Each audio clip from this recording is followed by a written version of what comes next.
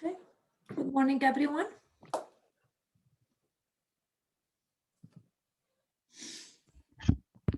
Okay, before we start, as I said, today is going to be a review. I will answer the question, the remaining about exponential, and then it will be a review.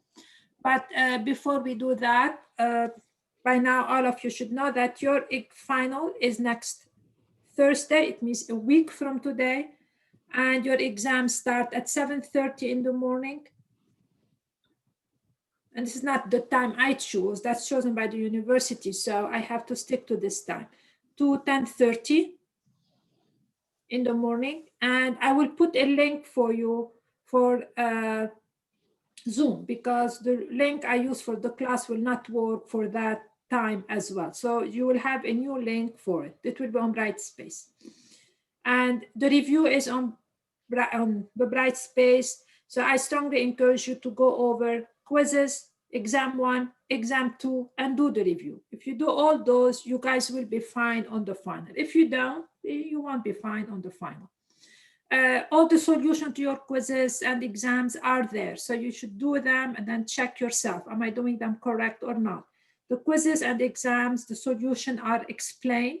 So you should be able to understand if you did something wrong. And the review, you have the answer, so you can check yourself.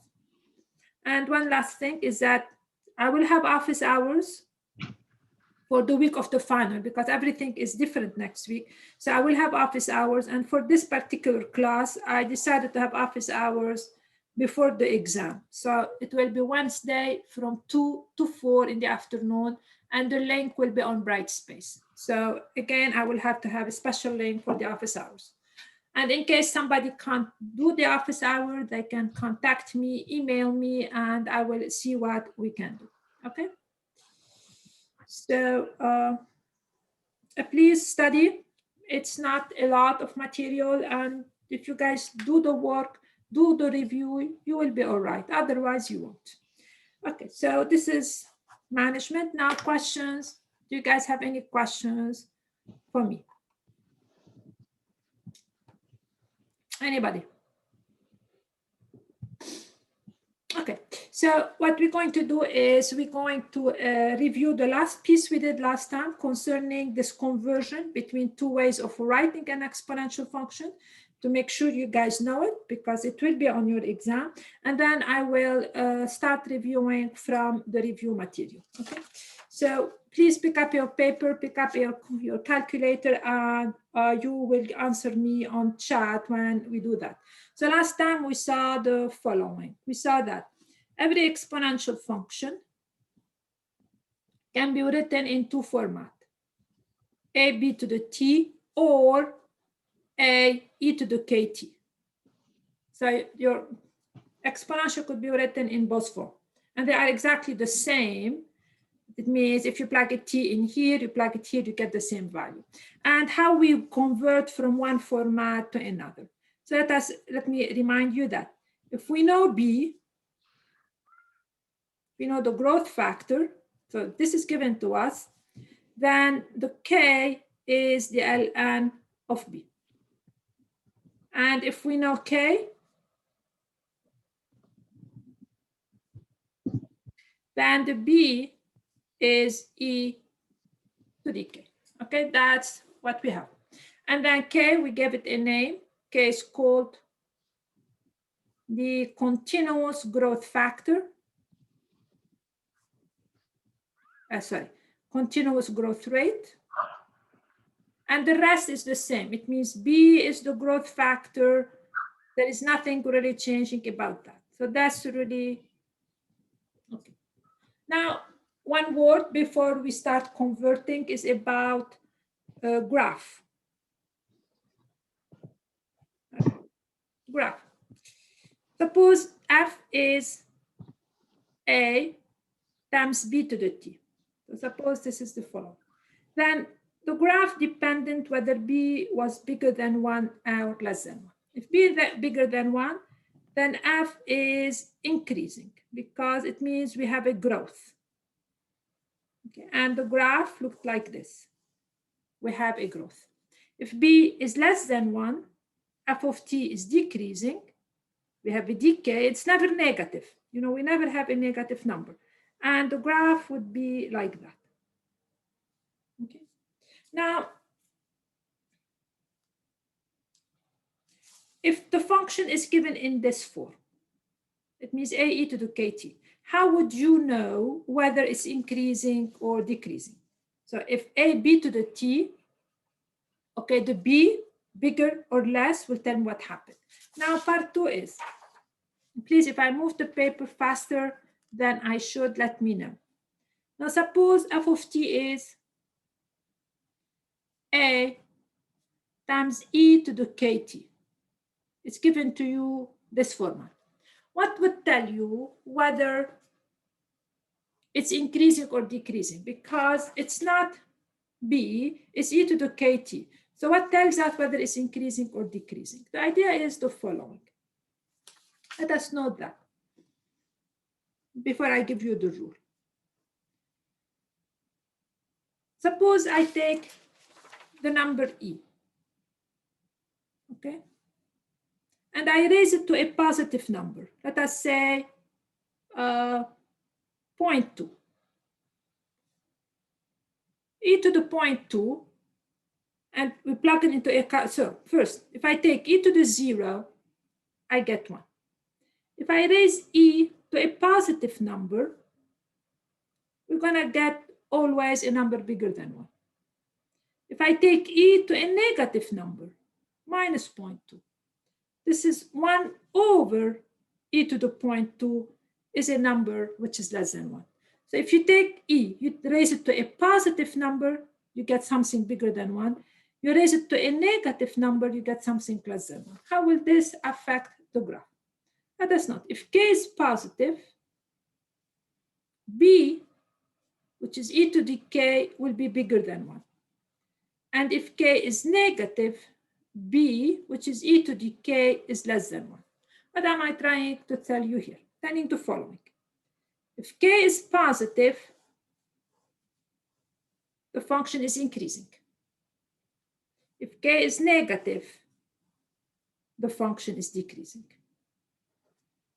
Okay, so for the graph of the exponential, the k will tell me and everything. Positive k give me increasing, negative k will give me decreasing. Okay. So this is as far as the graph is concerned. So for, if it's given on the form b to the t, b bigger than 1 increase, b less than 1 decrease. If it's given in this form, positive increase, negative decrease.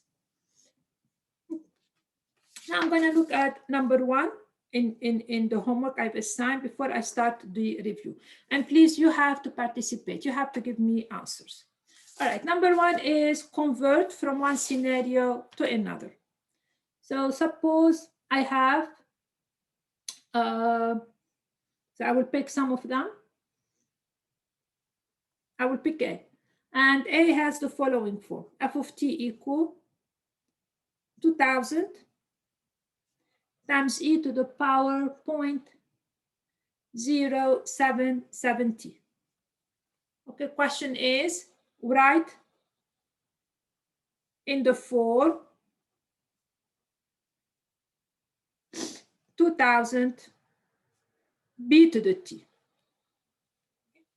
So we're going to write it in our regular format. All right, what is b in this scenario? Question number 1, what's b?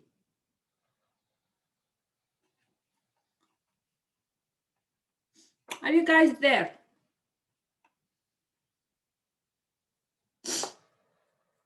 What is b? I want the answer on chat because I don't know what it is. What is b? And to help you out is that b is always this piece right there. This is the b. What's going to be the b in this scenario? No.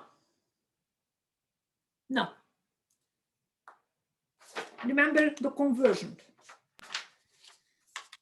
If we know k, b is e to the k. That's what the b is. So in this scenario, my k, that's the k. The k is 0.077. That's really what my k is. So my b is e to the k. That's what my b is.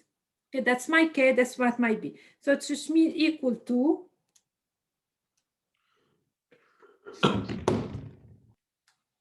e the 0.077. This is going to give me 1.08. That's the b.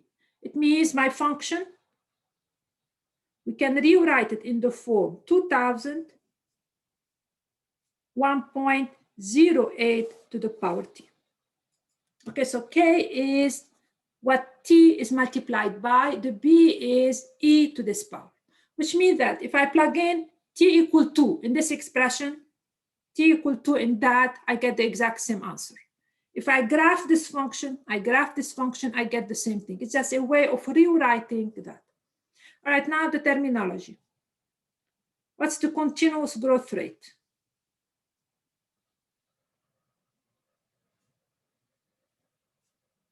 Equal.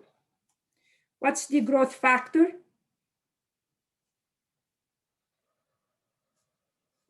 And what's the growth rate? Okay. What's the continuous growth rate? The continuous growth rate is the k, which is the 0.077. Okay, just to remind you, I'm using this to remind you all the language. The growth factor is always my b, which is 1.08. The growth rate in this case, remember the growth factor is 1 plus the growth rate. So the growth rate is 0.08 or 8%. Okay, so that's a recollection of this type of problems. And this function is increasing. K is positive, or if you want, b is bigger than 1, it means my function f of t is increasing. Okay.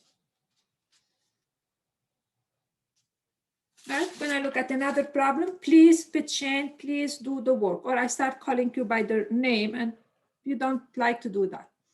Okay, problem number 2 is, it's b. Not necessarily b, e. Again, suppose f of t is given in this form. Minus 0.1165 t. Okay, that's the format. What's the k in this scenario? What's playing the role of k?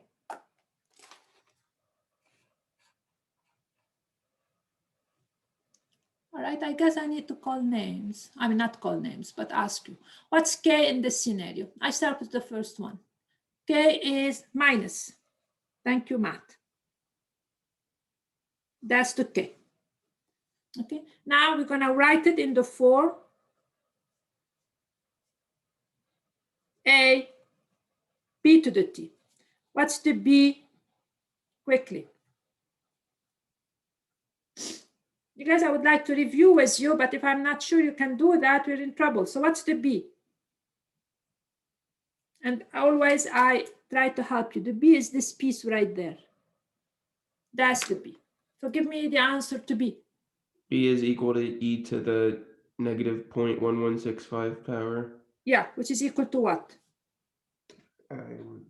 1 second. Yeah, if you guys go quickly, we can start the review. But you're so quiet. I don't know what's going on.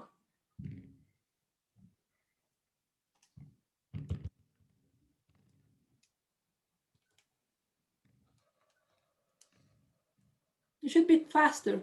How much you guys are getting? I'm getting like 0.89003. So yeah, so that's my b. Now, question before I go on. Is this going to be increasing or decreasing according to the rule I gave you? Because I want you to know, the minute you see that, to know whether the function was actually increase or decrease. Whenever k is negative, it's going to decrease. And actually, if you realize b is less than 1, so we're actually having a decay, not a growth. All right, so this is my b. So now my function could be written as 100.89 to the power t. That's another format. So those are the same thing written different ways. Now question is, to finalize the continuous growth rate, I want answer to that to make sure you know the language used. Is, I want the growth factor, and finally, I want the growth rate.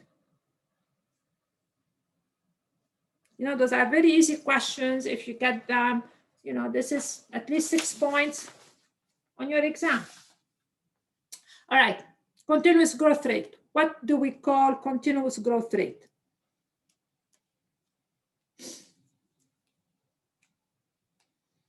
Which thing here, we called it continuous growth rate. The K is the continuous growth rate. It means minus 0.1165. That's the K. What's the growth factor? Very quickly, all of you. It's the B. It means, what's the growth factor here? That's the B. What's the growth rate?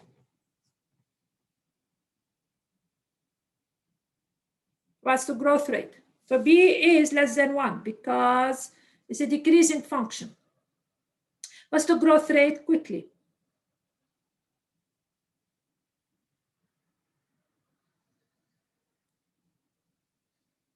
It's 0.11. So the growth rate is exactly the same thing we've been doing. The growth factor is 1 plus the growth rate. That's the same picture, nothing changed. The growth rate is how far is the growth factor from the 100%, basically, from 1. So it means 0.89 is 1 plus the growth rate. So the growth rate is going to be minus 0.11. It's a negative growth because we know that we have decreasing. And that's what my growth rate, which is minus 11%. Okay, so this is, if this problem represents a population, means that if a population that started with 100 million is decreasing by 11% every unit of time. That's the scenario in this case. So the benefit of this way of writing is that we understand the picture very well. The benefit of that is that this is easier to work with in a calculus course eventually. If you guys will ever, you know, for those who will get into calculus. All right, so one more where I'm going to flip the situation. So I will pick, for example, number, which one I want? Okay, I will pick number C. And here, f of t equal 600 times 1.05 to the power t. And here we have to write in the form e to the kt. Okay, so it's written under the form b to the t. We have to write it in this format. All right, so let us remember. What's the k? What's the relationship between? So here we have the b, which is 1.05. What is the k? What's the relationship between? How can I get the k if I know the b?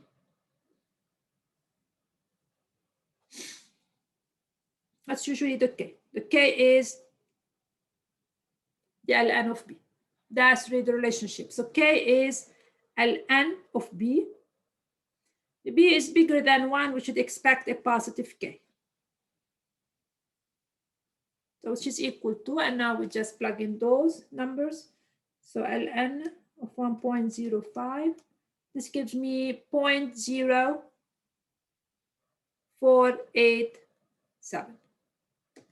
Okay, so this means that f of t could be written in this format: 600 e to the 0.087 t. Means this function and this are basically the exactly same thing. And now the language, so this is a positive k. We based on what I told you, we should expect that because b is bigger than 1.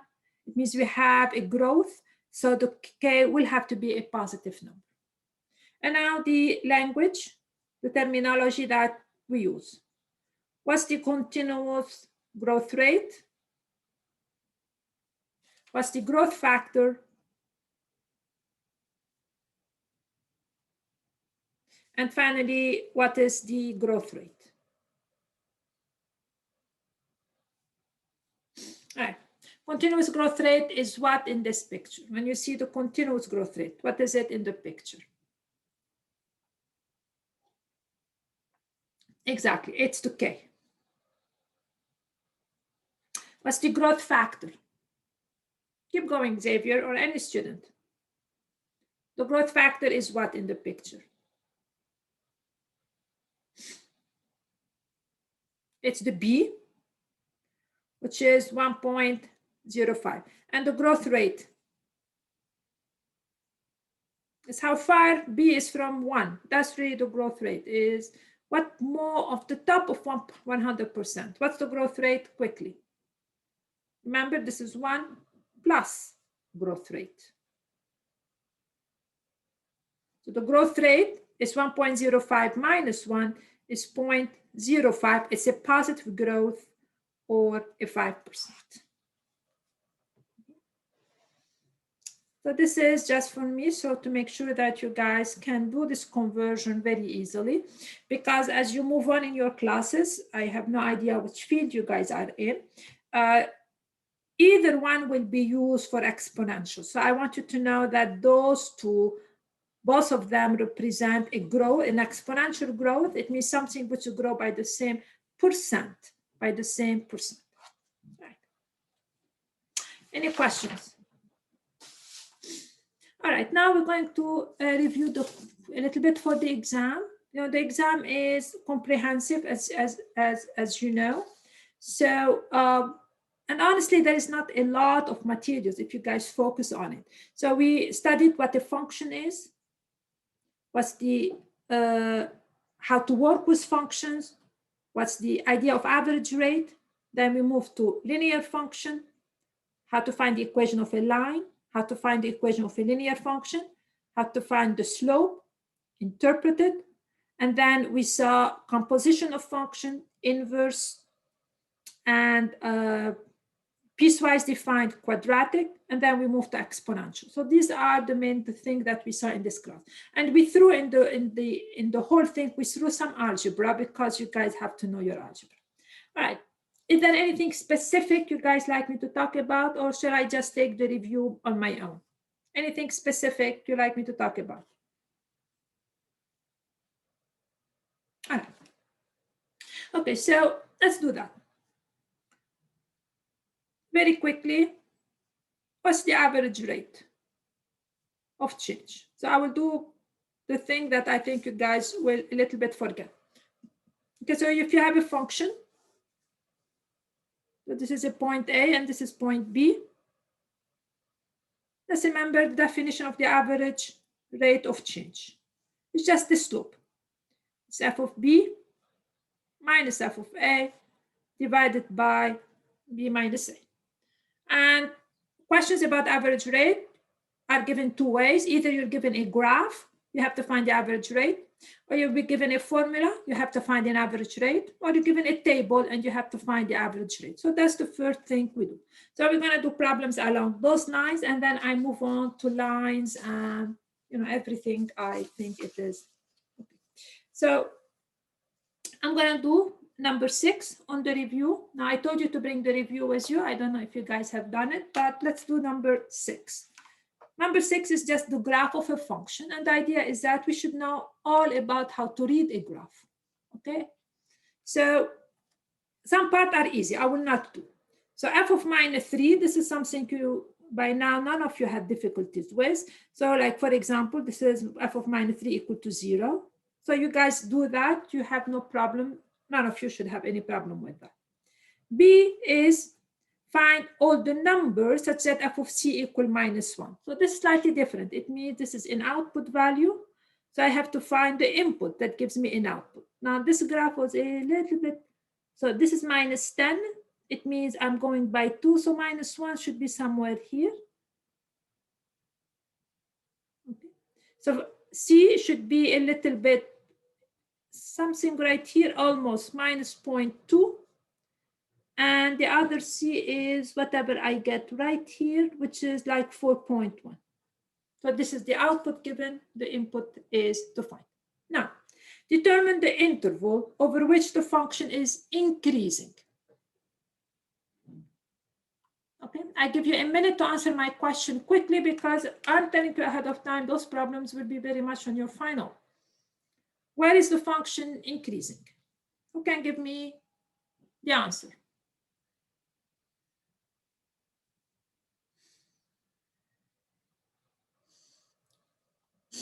Okay, function increasing, it means the graph is rising.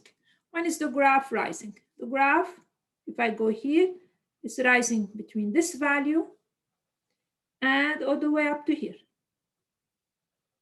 So the function is increasing. And we always give the x value. It means the function is increasing for x between 1, 2, a little bit 2.5, and minus 1.5. So increasing, it means my graph is rising. Now, determine the interval over which f is decreasing. So f decreasing, it means my graph is falling. So it decreases all the way up to here. So this is decreasing. So remember, we used to do it. So it's decreasing up to here. And it's decreasing from here to here. Okay, so it's going to be decreasing for x less than minus 0.5 everywhere else, or x bigger than 2.5. Okay, a typical question that makes sure you understand how to read a function. Now finally, find the average rate between 2 and 4. What's the average rate?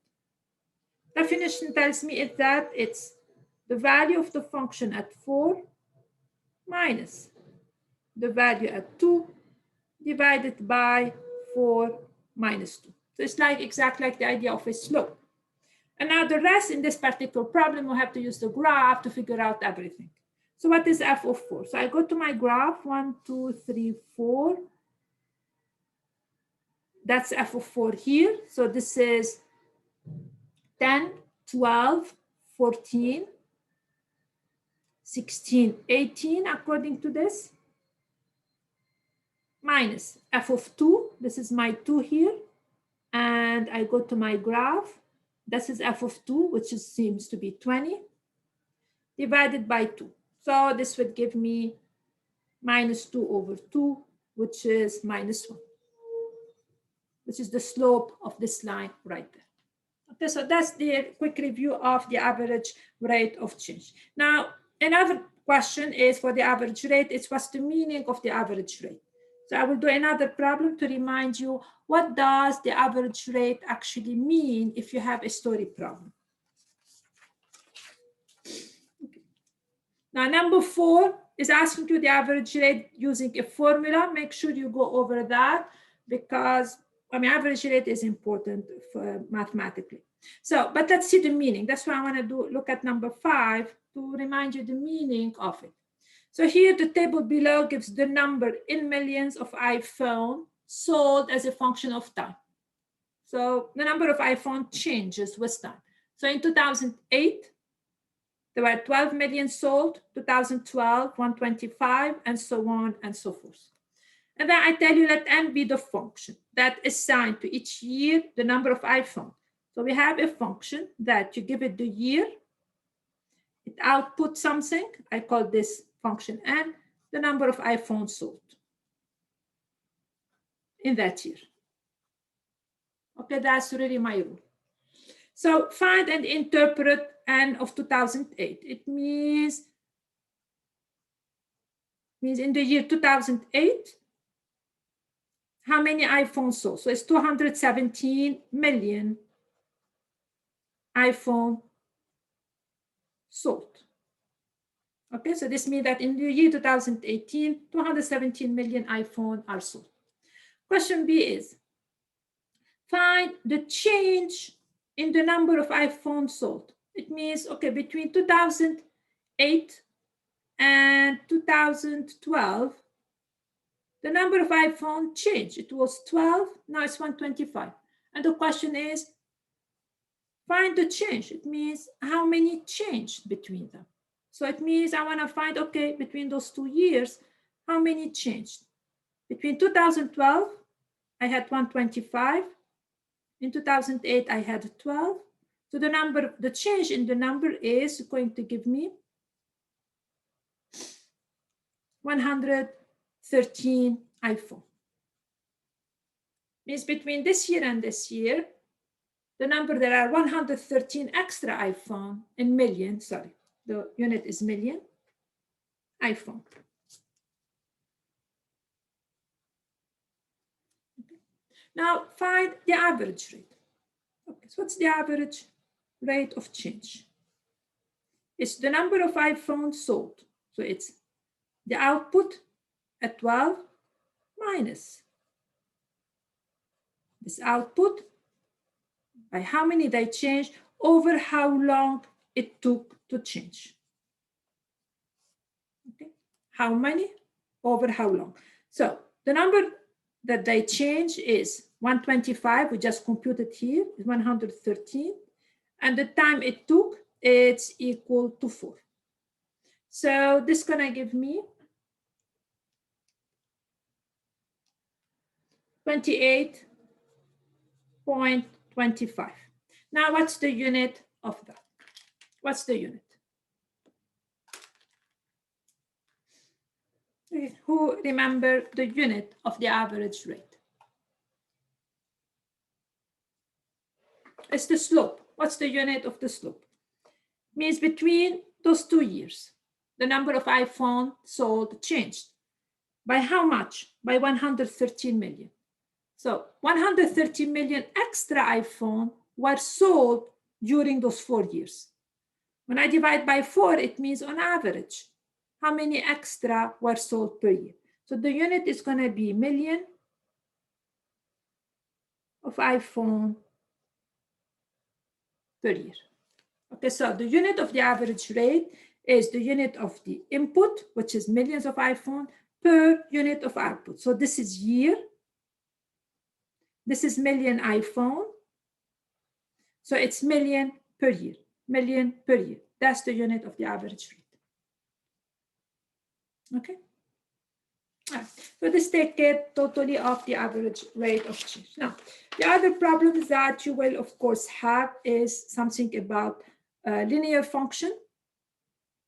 So typical problem of a linear function, I can give you a story. I did that on exam 1 and on your, I can give you a typical story and I tell you this is a linear function. And the question would be, find a formula for it, identify the vertical intercept, identify the slope. So that's a typical problem from about linear function. Now, number 8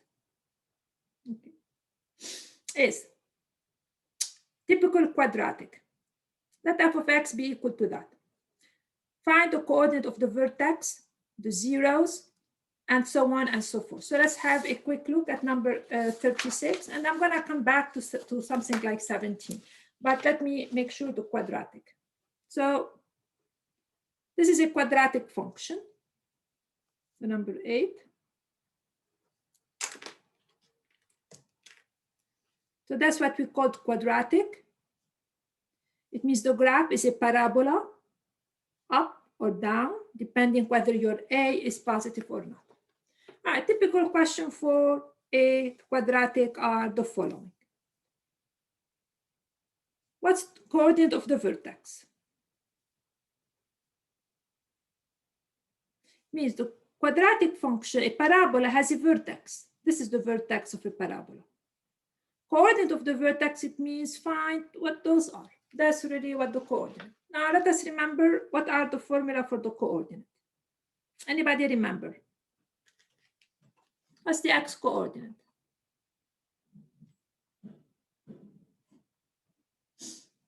Anybody has any recollection? What's the x coordinate of the vertex? Good for you. So it's minus b over 2a. Okay. All right, so minus b over 2a. It means, now let's see what's the a is 1, b is minus 4, and c is 5. So that's going to give me minus b, it's minus 4 over 2a, which is 2. Minus minus plus, that's give me equal to 2. That's the x coordinate. And the y coordinate,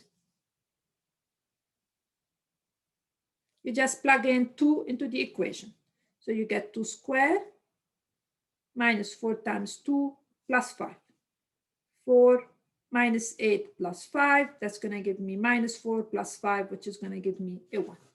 And this is already great because this tells me that the vertex is 2, 1. Okay, it means the graph is a parabola going up, and that's really actually the graph of the function, right? What's this value here? Back to you.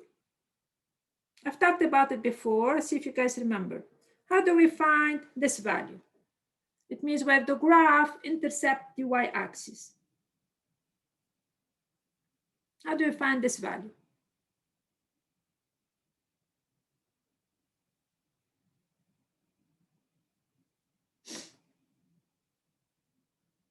What happened here? What's the x value here? This point, the x value is 0. So the y value, plug in x in here, 0 for x, this is equal to 5. Okay, so those are very good values to know about the parabola. All right. Question number 2 is find the zeros. What does it mean, find the zeros?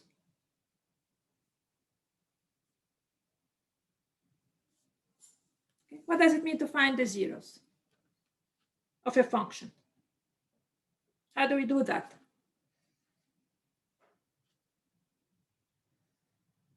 We set f of x equal to 0 and solve for x. Okay, find the 0. It means we set f of x equal to 0 and solve for x. All right, so let's do that. It means x squared minus 4x plus 5 equal to 0. And we need to solve. Now, how do we solve? 2 ways. We try to factor. If we cannot factor, we use the quadratic formula. Right, so we always try to factor. If we can't, we don't know how to, and then we use the quadratic formula. So in this problem, let us say, do we know how to factor? Means can we find two numbers where you multiply them, you get 5, you subtract them, you get negative 4. Can anybody think of any numbers?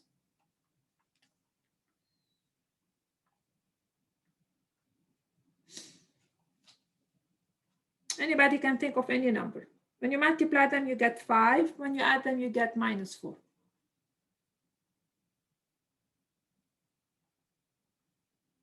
Anyone?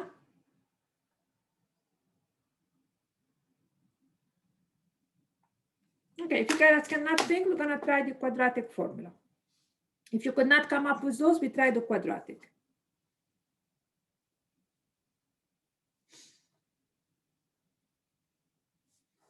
Okay, the quadratic formula tells me that the solution would be equal to, actually the way I put it for you is, we have 1 minus b plus the square root of b squared minus 4ac over 2a, or minus b minus that. Okay, and to be able to use the formula, I usually like to start by evaluating what we call the discriminant and see what it is. So what is b squared? The b is minus 4 squared minus 4 times. The a is 1 and the c is 5. This is going to give me 16 minus 20, which is going to give me minus 4. Weird. What does this mean? I computed b squared minus 4ac and I get a negative 4. What does this mean? This is a negative number.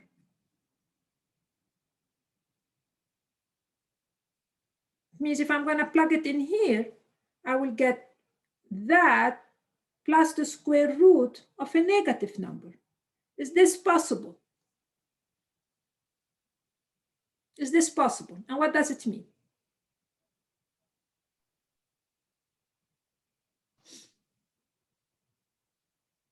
What does it mean if b squared minus 4ac is negative? Anybody?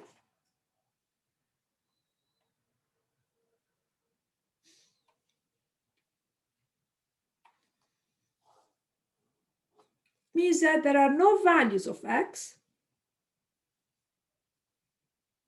where f of x equal to 0. So if you happen to have b squared minus 4ac negative, it means there is no x that you plug it in here and you get equal to 0. Nothing will make this equal to 0. And the graph shows us this. Finding the 0, it means basically finding where the graph intersects the x-axis. But in this case, when I graphed it, there is no intersection. And now when we try to solve, we could not find any 0. It means the graph will never hit the x-axis in this particular scenario. Sometimes it does, but sometimes it doesn't. So having no solution means that graphically there is no x-intercept in the problem.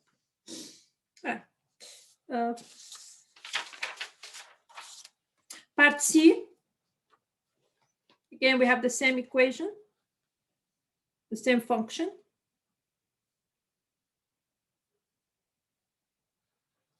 Part C is find all the values of x such that the output is equal to 6.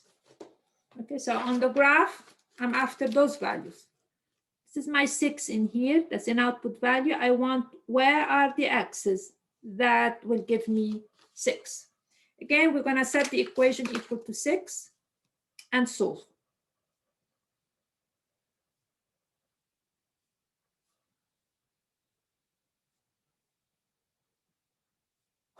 Solve for x. All right. How do we do that? Whenever you have a quadratic equal to 6, step number 1 is we have to make the right side equal to 0. Otherwise, we have difficulties. The way we can make the right side equal to 0 by taking away 6 from both sides. So we're going to subtract 6. And this would give me x squared minus 4x minus 1 equal to 0.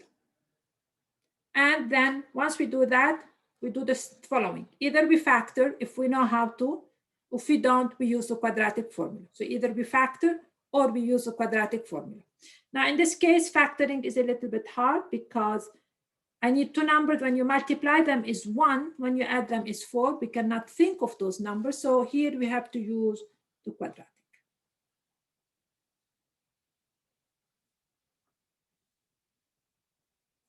Okay, like we did in the previous problem.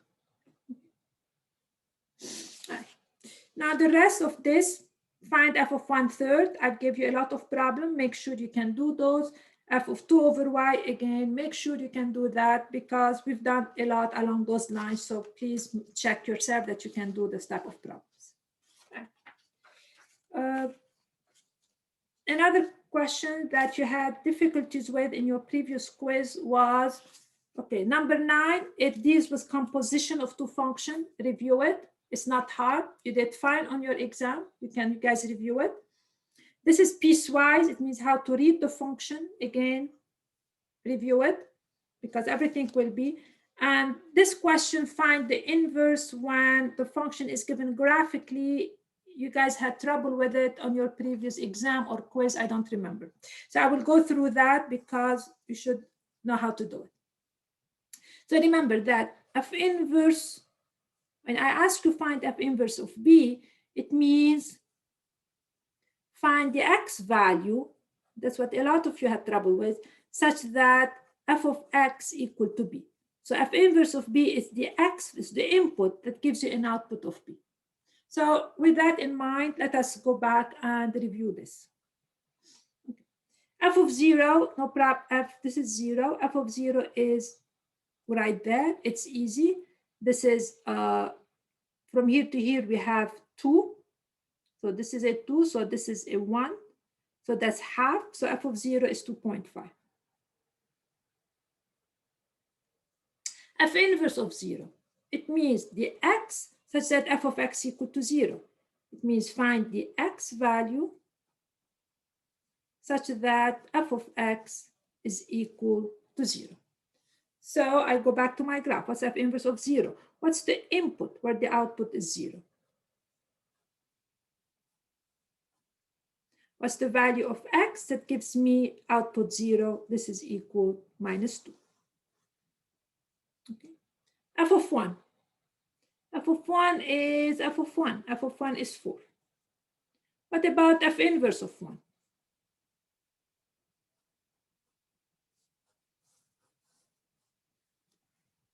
You can give me f inverse of 1 quickly.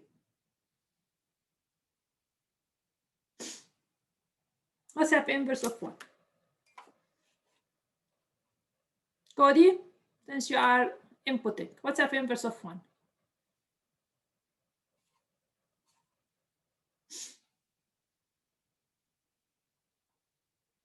What's the input that's going to give me an output of 1? Anyone?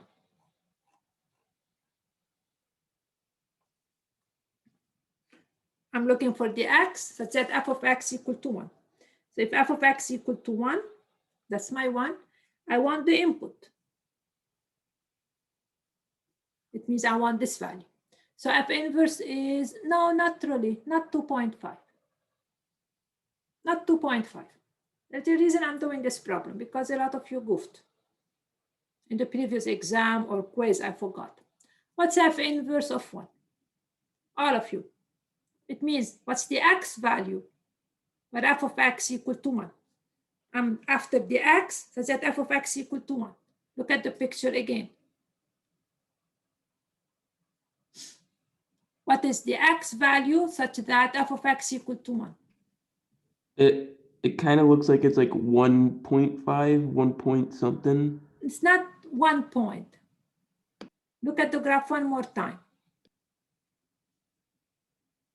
It's minus. It's right there. Negative 1.5 or 1.5. Exactly. It's a negative 1.5. Okay. It's not 2. I don't know where the 2.5 coming from. You lost me with that. So the answer, I don't know where it came from, the 2.5. F inverse of 1, it means you're looking for the x value such that f of x equal to 1. So this is 1. You're looking for the x value.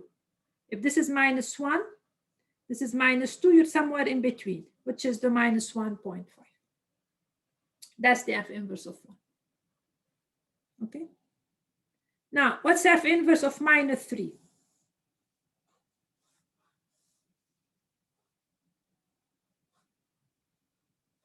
Back to you.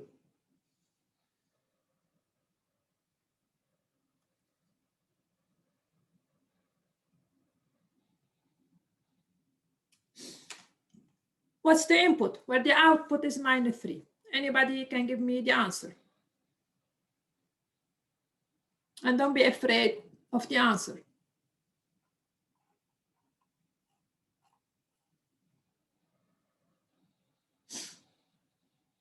And define, absolutely.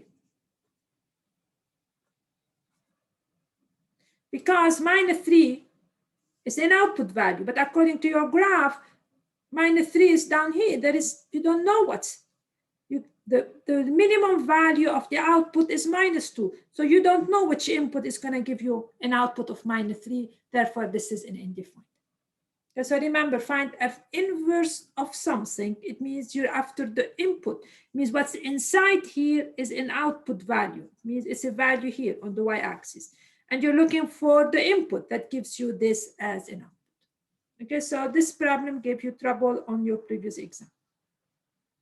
Now, find a formula for f inverse of t. I will pick one problem and then I will move on. What does it mean, find formula for f inverse of t? It means that if I call the output t, I need to find the input in terms of the output. So let's do number B, how to find a formula. Basically, we set f of x equal to t, and we solve for t in terms of x.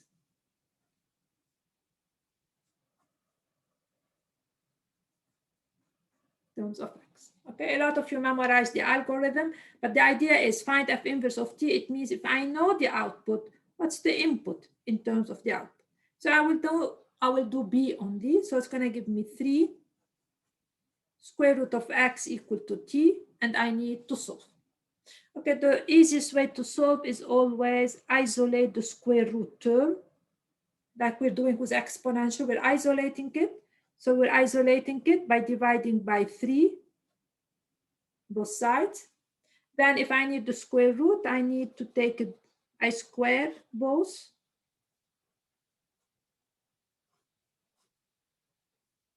And then this will give me x equal t squared over 9. It means f inverse of t. So if I know the input, I know the output, the input is given by this formula. And that's for that. The rest is the same. It's just algebra, which is definitely changing. So I'm going a quick review of what you are responsible for, but that's by no means everything. All right. Solve each of the equations below. So we've done a lot along those lines. In this problem, you isolate the cubic root term, and then you proceed. This problem is a typical quadratic. This problem, you multiply both sides by 5x minus 2, and you proceed. This is what you guys have done for your quiz, and you did fine with that. And this one, what you did for your quiz, and you did fine with that. This one, do not worry about it in this class. Okay, so I would like to do 3 more problems with you before I let you go. I'll do 15. I think 15 is important. I will do 17, and then I will go back to 14. But if you guys talk with me, you'll help me a lot, because I'm tired of talking by myself. Okay, I'm going to look at number 15 because it is important to distinguish linear versus exponential. Remember, linear, we increase by the same amount every year. Exactly, if we increase 100, 100, 100, 100. Exponential, we increase by the same percent. And when we increase by the same percent, we do not increase by the same amount. Because every time, so suppose we start with a population, so before we take the problem, and suppose the population increase by 4%. It means if we start with 5,000 initially, after 1 year, the population increased by, so it was 5,000, something we did, it increased by 4% of that. So it means we have now a larger amount. So for example, this is going to give me, it's,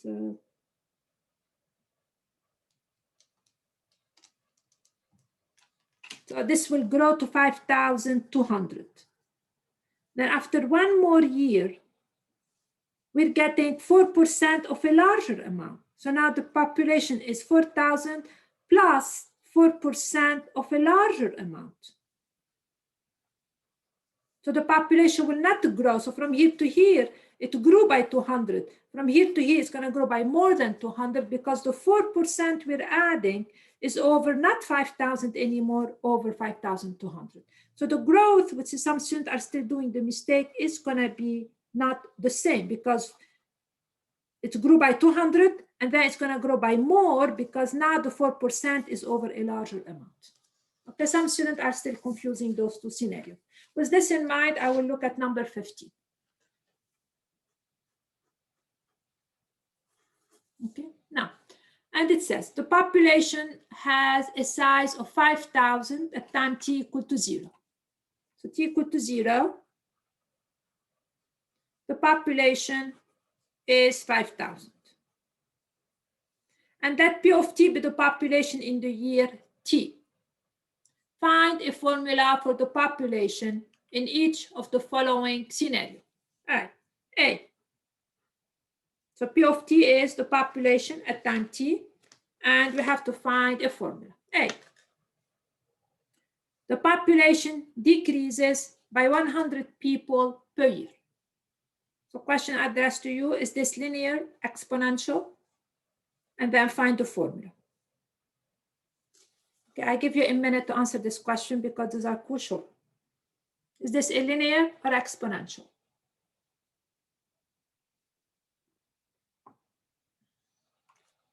Linear or exponential, please, quickly.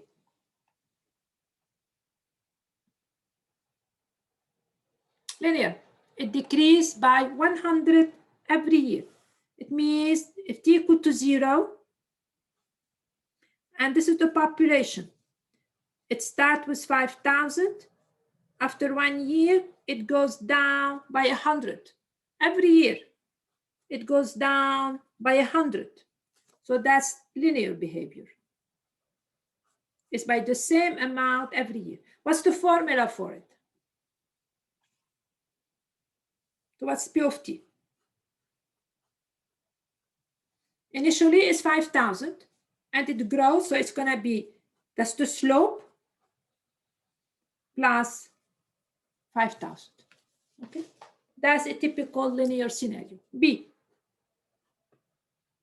is decreases by 8% per year.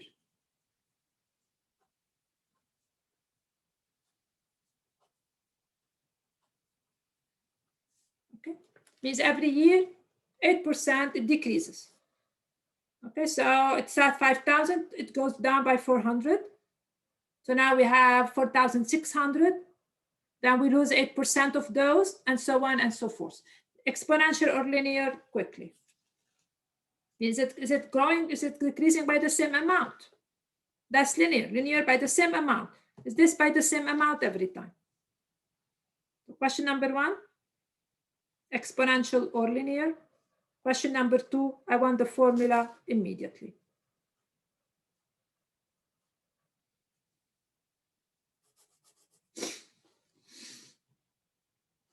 Remember, when I give you those questions on an exam, I say, those should take 2 minutes, not more than that, at most. Okay, question number 1, is this linear or exponential?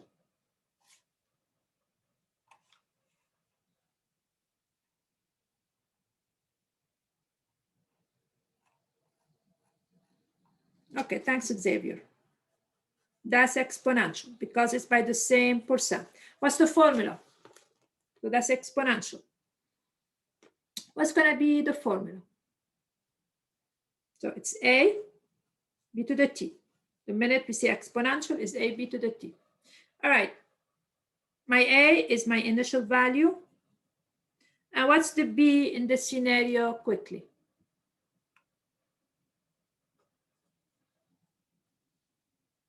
What's the b?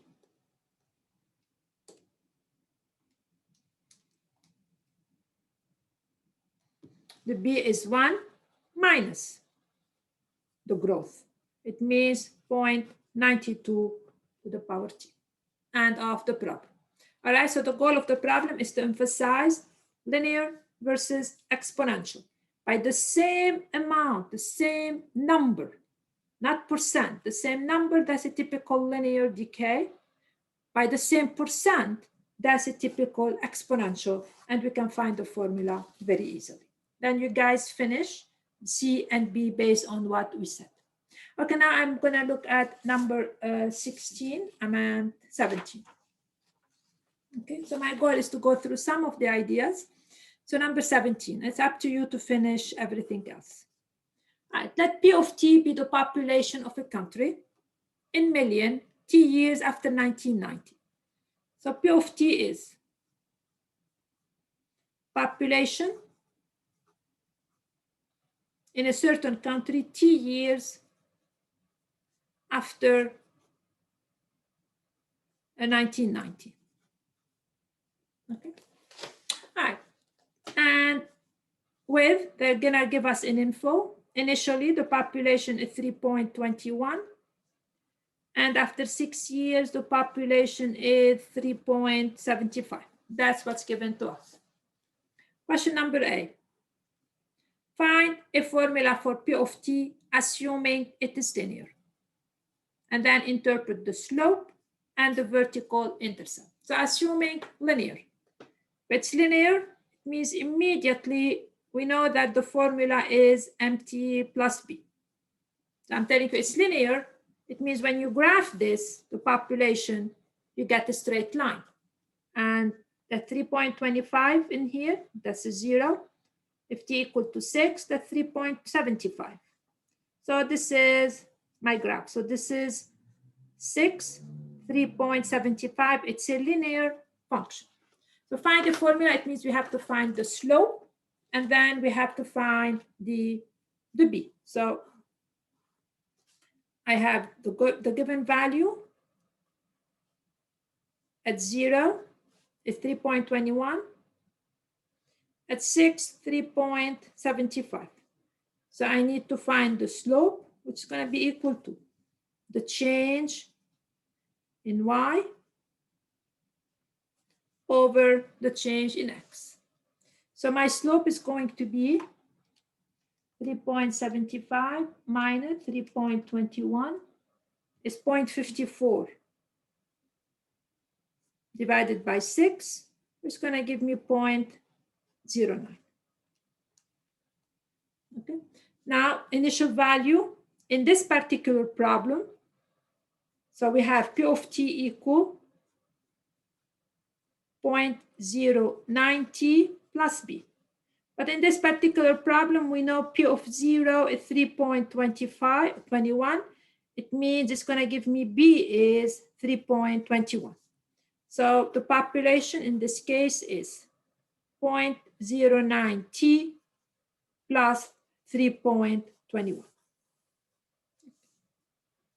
Now, question is, what's the slope and what's the unit? The slope is 0.09. What's the unit of the slope? So that tells me how much the population is changing per year. So this is million per year. So what the slope tells me is that what happened within a year. So that's the 0.09 million, which is 900,000. Means every year the population increases by 0.09 million or 900,000. So that's what the slope tells me. It's the change per unit. It's the change per unit. It means per year what's really happening. The vertical intercept, it means when t equal to 0. That's what the vertical intercept. So it's 3.21. It means the population when t equal to 0. It means in 1990. Now, part B is, assume the population is growing exponentially. Then what's the formula? So part B, I'm changing the whole scenario.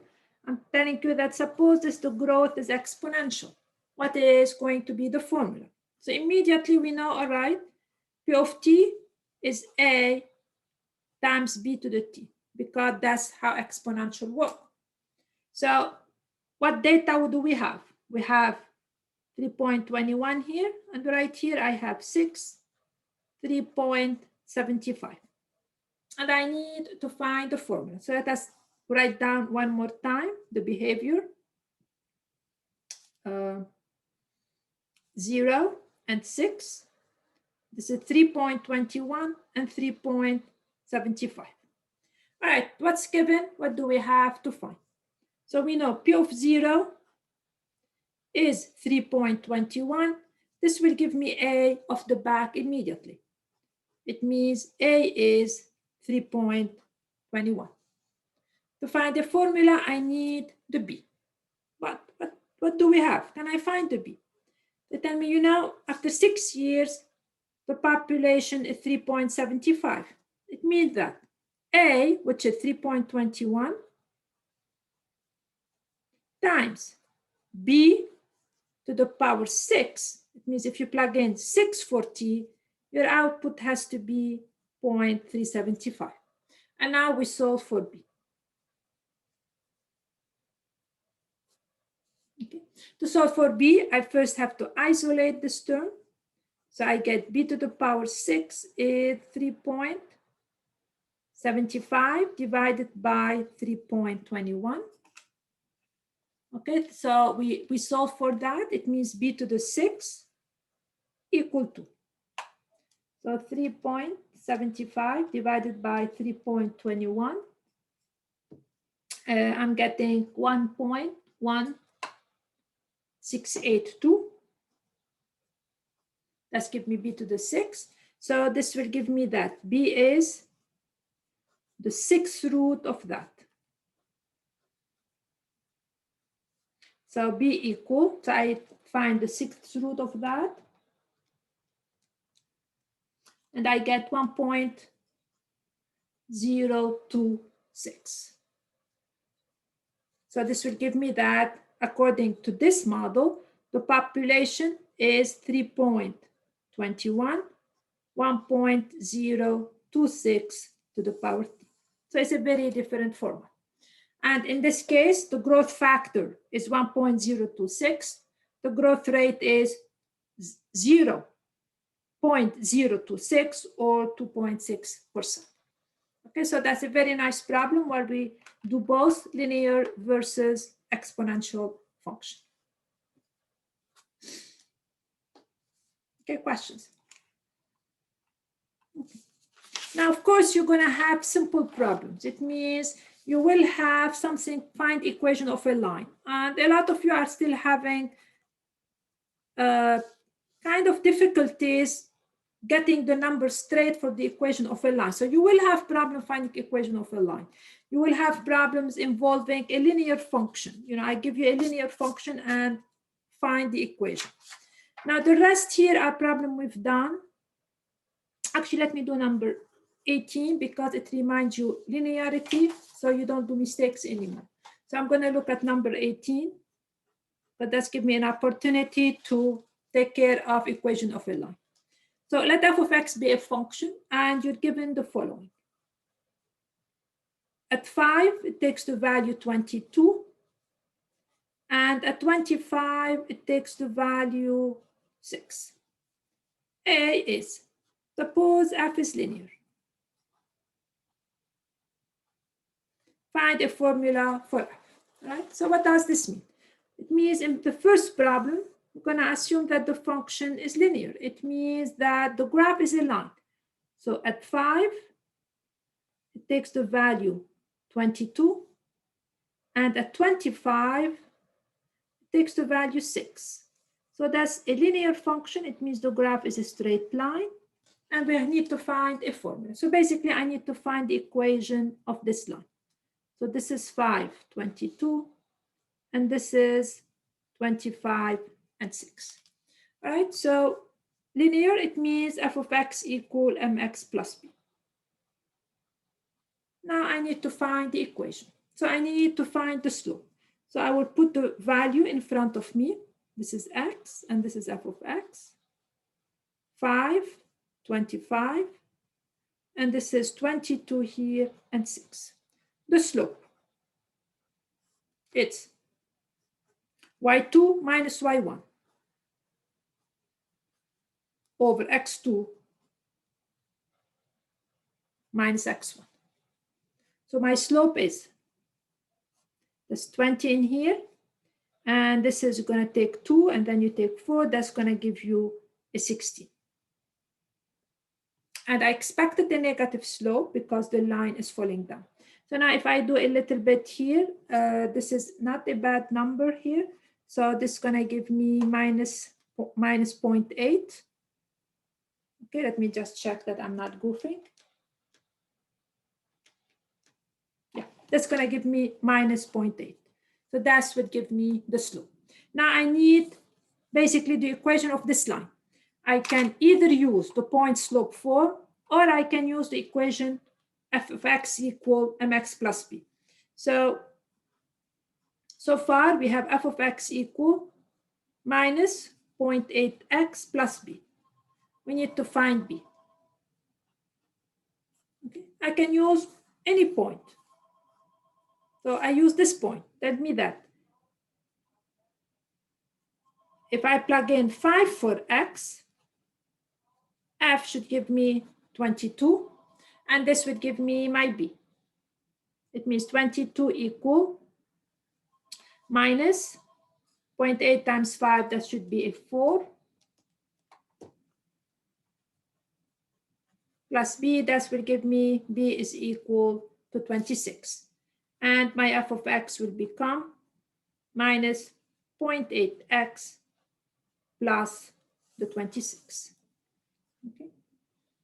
Now the mistake that some students are still doing, first they mess up the slope, please do not.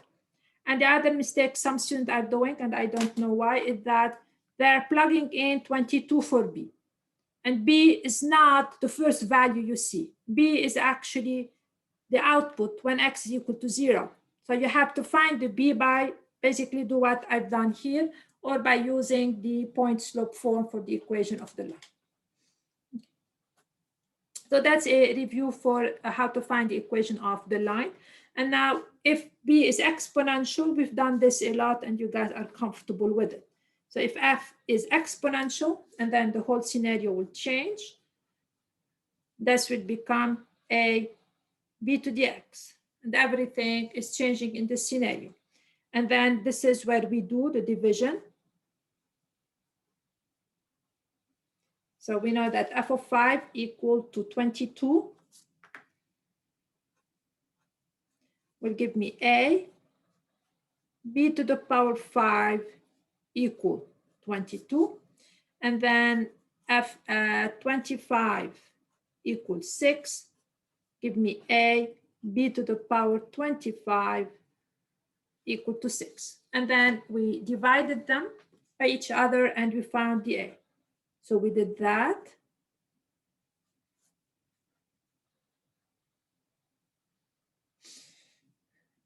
This is 6 over 22. Now we did that to eliminate the b, and then b25 over b to the power 5, we're left with b is the difference, 20. And 6 over 22, we can simplify it a little bit, which is going to give me 3 over 11. And then the b will be the 20th root of that. And once you find the b, you plug it into one of the equations and you find your a. Right? Okay, finish it. I didn't finish. So this is the type of, this is some questions. That's by no means everything. Do every problem on the review. Every problem will be somehow represented for you. Every problem will be represented. And if you have difficulties, you guys, please let me know. The last thing is I will look at number 14 for the last 2 minutes we have, and then we're done.